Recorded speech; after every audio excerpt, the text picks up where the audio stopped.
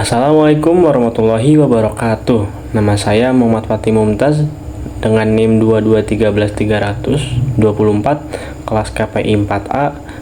Di video ini saya akan membuat jurnal untuk memenuhi tugas penulisan berita dan artikel yang diampu oleh Bapak Dr. Adi Kusuma Eskom MSI yang pada pertemuan kedua ini yang berlangsung pada hari Kamis tanggal 29 Februari 2024 jam 8 pagi di ruang 8 Fakultas Dakwah UIN Sultan Maulana Hasanuddin Banten. Diawali dengan hadiran Pak Adi yang akhirnya dapat memasuki kelas pada pukul 8.15 dan kemudian kita berdoa sebelum memulai pembelajaran dan juga diawali dengan kehadiran absen mahasiswa. Lalu diingatkan kembali kepada kita semua oleh Pak Adi yaitu tentang tugas learning journal, yaitu berupa video agar tidak mengulangi kesalahan sebelumnya, dikarenakan banyak yang melanggar seperti tidak terdengar suaranya ataupun memakai lip sync, dan kita harus memperbaikinya agar nilai kedepannya itu bisa menjadi lebih baik lagi. Kemudian Pak Adi bertanya kepada kita tentang persamaan berita dan artikel. Apa sih itu perbedaannya? Itu sama-sama memberikan sebuah informasi, tapi informasi ini belum tentu bisa berita, tapi berita itu sudah pasti informasi. Dan perbedaannya itu bahwa berita itu sebuah informasi tentang suatu peristiwa teraktual atau baru yang mengandung SW 1H, sedangkan artikel itu merupakan karya tulis yang juga menyampaikan informasi, namun bisa ditulis dalam waktu yang pendek atau panjang. Kemudian Pak Adi meminta kita atau teman-teman untuk memberikan sebuah contoh tentang judul dari berita atau artikel, dan ada beberapa orang yang bisa menjawabnya. Saya lupa siapa namanya.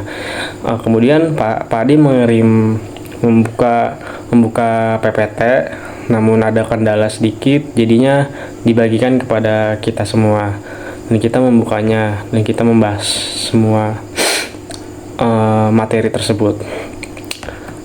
Berikutnya itu ada nilai-nilai magnitude, yaitu besar peristiwa atau sebesar apa sih peristiwa itu menghebohkan masyarakat. Kemudian ada syarat-syarat berita, yaitu ada 5. Yang pertama aktual, faktual, penting, menarik, dan seimbang. Kemudian ada macam-macam media seperti media cetak, media cyber, dan ketiga itu media elektronik. Lalu penjelasan tentang artikel itu singkatnya itu sebuah karya tulis yang juga berisikan informasi, tapi penulisannya bebas, dan jenis-jenis artikel itu secara khusus berdasarkan penulisan. Ada artikel redaksi umum berdasarkan fungsinya, ada artikel khusus dan sponsor berdasarkan isinya, dan artikel eksploratif, eksplanatif, dan deskriptif, prediktif, dan perspektif. Kemudian ada ciri-ciri, yaitu logos, logis, tuntas, objektif, cermat, jelas, tidak memberikan emosi berlebihan, terbuka, dan menggunakan bahasa yang baku.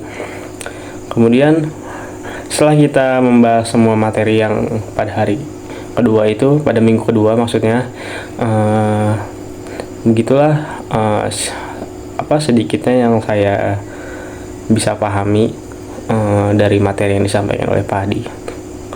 Semoga seluruh mahasiswa di kelas ini dapat memahami materi pembelajaran pada hari itu. Kemudian Pak Adi memberikan tugas kelompok kepada kami, yaitu membuat 5 kelompok yang akan dimulai presentasi pada minggu depan. Dan Pak Adi juga memberikan judul materi untuk kita membuat PPT dan makalah yang sesuai dengan judul materi yang diberikan oleh Pak Adi. Selain itu, presentasi tugas kelompok juga akan berlangsung hingga UTS dan UAS. Tugas UTS itu membuat 2 berita dan 2 artikel yang di-upload ke media sosial di kelas, media sosial kelas. Dan tugas UAS itu membuat jurnal yang jika jurnalnya bisa dipublish di jurnal berakreditasi Sinta, maka kelompok tersebut akan mendapat nilai A. Selanjutnya, pertemuan kedua ini ditutup oleh Pak Adi dan diakhiri dengan foto seperti biasa. Sekian learning journal saya, kurang lebihnya mohon maaf. Wassalamualaikum warahmatullahi wabarakatuh.